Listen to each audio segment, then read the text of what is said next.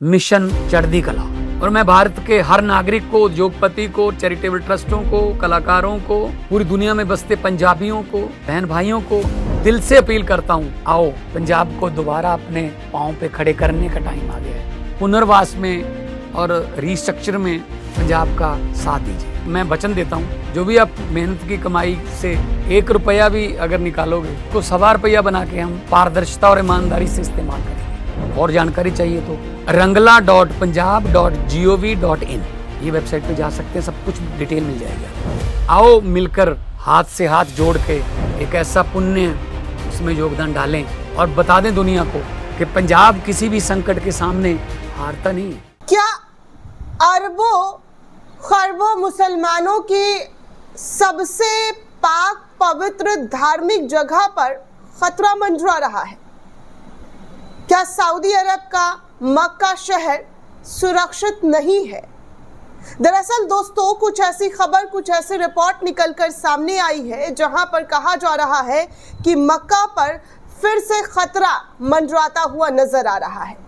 एक बार फिर से मक्का को लेकर चिंता भरी खबर निकलकर सामने आ रही है, जिसकी वजह से सऊदी सरकार ने सुरक्षा के चौक चौबंद लगा दिए हैं। हर तरफ सुरक्षा कर्मियों को तैनात कर दिया है।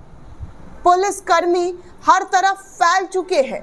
किसी भी तरीके से कोई भी खतरा महसूस हो तो फौरन एक्शन लेने की बात कही गई है। दोस्तों, खबर यह है कि मक्का पर फिर से कब्जे का खतरा मंडरा रहा है। ऐसी ही रिपोर्ट, ऐसी ही खबर नवभारत टाइम्स के हवाले से साझा की गई है और बताया जा रहा है कि सऊदी अरब ने सुरक्षा के लिए पाकिस्तान को भी बुला लिया है। तो क्या है पूरा मामला और क्या है पूरी खबर, आपको पूरी जानकारी इस वीडियो में देने वाली हूं, क्योंकि ये बात मुसलमानों की आस्था से जुड़ी हुई है। अरबों खरबों मुसलमानों की आस्था अगर कहीं से जुड़ी हुई है तो वो सऊदी अरब के मक्का मदीना शहर से जुड़ी हुई है, काबा शरीफ से जुड़ी हुई है। और ऐसे में अगर इस तरीके की खबर सामने आती है तो मुसलमानों में पैनिक जो है वो जाहिर सी बात है देखने को मिलने लग जाता है। तो क्या वाकई इस तरीके की चीज़ें हो रही है? क्या मक्का पर कोई खतरा मंडरा रहा है जिसको सऊदी सरकार के ज़रिए छुपाने की कोशिश की जा रही है, लेकिन वो छुप नहीं पा रहा है? तो दोस्तों, आपको बता दूं कि आज से करीब 50 साल पहले 1979 में अल जमा अल सलाफिया अल मुतासिबा के कुछ 100 फॉलोवर्स ने करीब मक्का पर कब्जा कर लिया था।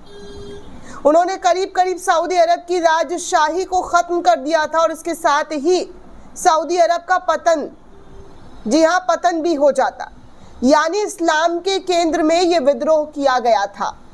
और शायद यही वजह थी कि सऊदी अरब ने एक बार फिर से पाकिस्तान के साथ एक और समझौता कर लिया है, क्योंकि उस घटना में करीब 45 साल से ज़्यादा बीतने के बाद सऊदी अरब उस घटना की गूंज आज तक उनके कानों में गूंजती है, जिसको लेकर आप देखते होंगे कि सऊदी जो है गवर्नमेंट अपने देश की सुरक्षा के लिए किसी भी तरीके का कोई समझौता नहीं करती है। हर तरीके से चौक चौबंद हर मुहाने पर सऊदी सरकार के ज़रिए किया जाता है। और सऊदी ऐसा एक मुल्क है दोस्तों जहाँ पर पूरे साल इस्लाम के मानने वाले आते जाते रहते हैं और साल में एक बार जब हज यात्रा के दौरान लाखों मुसलमान पहुंचते हैं तो उसके भी इंतजामात में कोई कमी नहीं होती है। सुरक्षा कर्मी हर जगह नज़र आते हैं। सुरक्षा बलों को पूरी तरीके से मजबूती के साथ खड़ा कर दिया जाता है। तो ये सऊदी अरब की सुरक्षा है जो साफ तौर पर काबा शरीफ के इर्द गिर्द मक्का मदीना में हर तरफ दिखाई दिया जाता है। और ऐसे में सऊदी अरब वो चीज़ें जो 50 साल पहले हुई है उसको दोहराना नहीं चाहता है किसी भी सूरत में, जिसको लेकर वो अपने देश की सुरक्षा को हर तरीके से, जी हाँ, अपने देश की सुरक्षा को हर तरीके से मजबूत करने में लगा रहा है। पाकिस्तान की राजनीतिक वैज्ञानिक आयशा सिद्दीकी ने बताया है दोस्तों कि पिछले कुछ हफ्ते पहले पाकिस्तान और सऊदी अरब के बीच किया गया पारस्परिक रक्षा समझौता कई मुद्दों पर केंद्रित है, जैसे ईरान को परमाणु हथियार हासिल करना या उनका इस्तेमाल करने से रोकना, क्षेत्र से अमेरिकी वापसी के बाद, जी हाँ, क्षेत्र से अमेरिका वापसी के बाद सऊदी अरब की रक्षा और यमन जैसे देशों से सऊदी अरब के शाही परिवार की रक्षा करना, लेकिन इसके अलावा एक और सत्य ये है कि सऊदी अरब की क्राउन प्रिंस, जी हाँ, सऊदी अरब के क्राउन प्रिंस मोहम्मद बिन सलमान अल सऊद के मन में ये घूम रहा है कि सऊदी अरब जैसे मजहबी जगहों पर देश में शाही परिवार की सुरक्षा सिर्फ सैनिकों के जरिए नहीं किया जा सकता है। इसको लेकर भी उन्होंने काफ़ी मजबूती भरा कदम उठा लिया है। सऊदी अरब और पाकिस्तान के बीच हुए समझौता जानने के लिए मक्का विद्रोह को जानना बेहद ज़रूरी हो जाता है दोस्तों। जब 1979 का सऊदी विद्रोह, जिसे मक्का सीज कहा जाता है, वो इस्लामिक इतिहास की सबसे बड़ी और चौंका देने वाली घटनाओं में से एक घटना था। 20 नवंबर 1979 को अल जमा अल सलाफिया अल मुतासिबा में सैकड़ों कट्टरपंथी फॉलोवर्स ने इस्लाम के सबसे पाक पवित्र जगह मक्का की ग्रैंड मस्जिद यानी कि मस्जिद हरम पर कब्जा कर लिया था और विद्रोहियों का दावा था कि उनके साथी मोहम्मद अल कहतानी महदी यानी इस्लाम के उद्धारकर्ता है। कई दिनों तक चले इस कब्जे की लड़ाई में विद्रोहियों ने मस्जिद के अंदर हथियार जमा कर रखे थे और सऊदी सुरक्षा बलों के खिलाफ जंग भी शुरू कर दी थी। शुरुआत में सऊदी सेना असहाय खुद को महसूस कर रही थी, लेकिन बाद में फ्रांसीसी स्पेशल फोर्स और पाकिस्तानी सैनिकों की मदद से गैस और भारी हथियार बलों का इस्तेमाल कर विद्रोहियों को हराया गया था। लड़ाई में सैकड़ों लोग, जी हाँ, इस लड़ाई में सैकड़ों लोग मारे भी गए थे।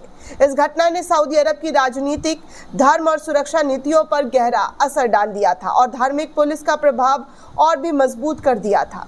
मक्का पर कब्जा की इस घटना को जुयामन विद्रोह भी कहा जाता है, जिसको लेकर इस बारे में आज तक सऊदी सरकार चिंतित है कि किस तरीके से, जी हाँ, मस्जिद हरम पर कब्जा जो है विद्रोहियों के जरिए किया गया था और ख़ासकर मस्जिद के अंदर जो नमाज पढ़ने आए हुए लोग थे, करीब 50,000, उनको बंधक बना लिया गया था। सऊदी शाही परिवार, खासकर प्रिंस मोहम्मद बिन सलमान का मानना है कि 1979 के विद्रोह से साबित होता है कि मजहबी कट्टरपंथी सामाजिक या सांस्कृतिक परिवर्तन के विरोध में कभी भी सक्रिय हो सकते हैं। युवा सऊदी नागरिकों के बीच पश्चिमीकरण और आधुनिक संस्कृति को लेकर असंतोष भी बढ़ रहा है। 2025 में किए गए अध्ययन के मुताबिक देश में युवा पश्चिमी सभ्यता के विरोधी है और प्रिंस मोहम्मद सलमान के विजन 2030 से इत्तेफाक नहीं रखते हैं। उनमें से मजहबी कट्टरपंथ कूट कूट कर उनमें भरा हुआ है, ऐसा सलमान जो है वहाँ के प्रिंस, उनको ये डर सता रहा है। इसलिए अंतर धार्मिक सहिष्णुता की उम्मीदें करना बेईमानी उनको मानी जा रही है। सऊदी क्राउन प्रिंस मोहम्मद बिन सलमान अल सऊद के प्रयासों के बावजूद मजहबी और उग्रवादी गुट जैसे शेख आसिम अल हकीम और कुछ संगठन सांस्कृतिक उदारीकरण के खिलाफ दबाव भी बढ़ा रहे थे। मौलवी हलकों के लोग भी सऊदी क्राउन प्रिंस पर दबाव बढ़ा रहे हैं।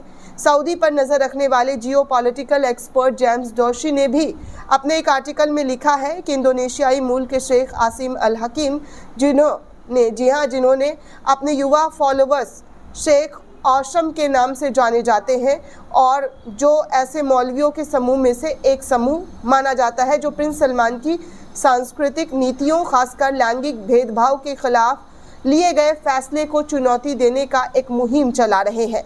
सऊदी की एक बड़ी आबादी उनके प्रभाव में मानी जाती है, जबकि शेख बद्र अल मशारी और सलाह अल तालिब जैसे कम सतर्क मौलवी इस वक्त जेल में है, जबकि मोहम्मद अल गामदी को मौलवियों के अपने विचारों की वकालत करने के अधिकार की वकालत करने के लिए फांसी का सामना तक करना पड़ा है। द प्रिंट में लिखते हुए जियोपॉलिटिकल एक्सपर्ट प्रवीण स्वामी ने लिखा है कि 1982 से सऊदी अरब ने पाकिस्तान से सुरक्षा बल को मक्का की सुरक्षा के लिए बुला लिए थे, जिन्हें दूसरी खालिद बिन वालिद अमौड ब्रिगेड भी कहा गया है। इसमें 3 टैंक बटालियन, एक इन्फेंट्री बटालियन और एक एंटी एयर डिफेंस बटालियन जैसी सेना जो है शामिल थी। ये बल सऊदी कानून के अधीन थे और इसे सीधे राजशाही के कमान में काम करते थे। 1990 तक ये ब्रिगेड सऊदी सुरक्षा का हिस्सा बनी रही और गल्फ युद्ध के दौरान अस्थायी रूप से लौट गई। नया समझौता पाकिस्तान सऊदी अरब के बीच सुरक्षा सहयोग को फिर से मजबूत कर सकता है, जिसमें न सिर्फ यमन और सऊदी जिहादी विद्रोही बल्कि देश के भीतर संभावित उग्रवादी और अंदरूनी खतरों को भी कंट्रोल किया जा सकता है, जिसके कई मायने इस वक्त निकलकर इस समझौते को देखा जा रहा है कि कोई खतरा है, कोई खतरा मंडरा रहा है, जिसकी वजह से सऊदी किंग के ज़रिए इस तरीके का फ़ैसला लिया गया है, जो पाकिस्तान के साथ मिलकर उन्होंने इस पेपर पर जो है साइन किया है, जहाँ पर दोनों देशों में से अगर किसी देश पर हमला होता है तो वो उस देश पर हमला करार माना जाएगा। दोस्तों, इस पूरे रिपोर्ट को लेकर आप क्या सोचते हैं? आपकी क्या प्रतिक्रिया है? हमें कमेंट करके ज़रूर बताइएगा। साथ ही साथ चैनल को ज़्यादा से ज़्यादा लाइक, शेयर और सब्सक्राइब करना बिल्कुल भी ना भूलें। शुक्रिया दोस्तों।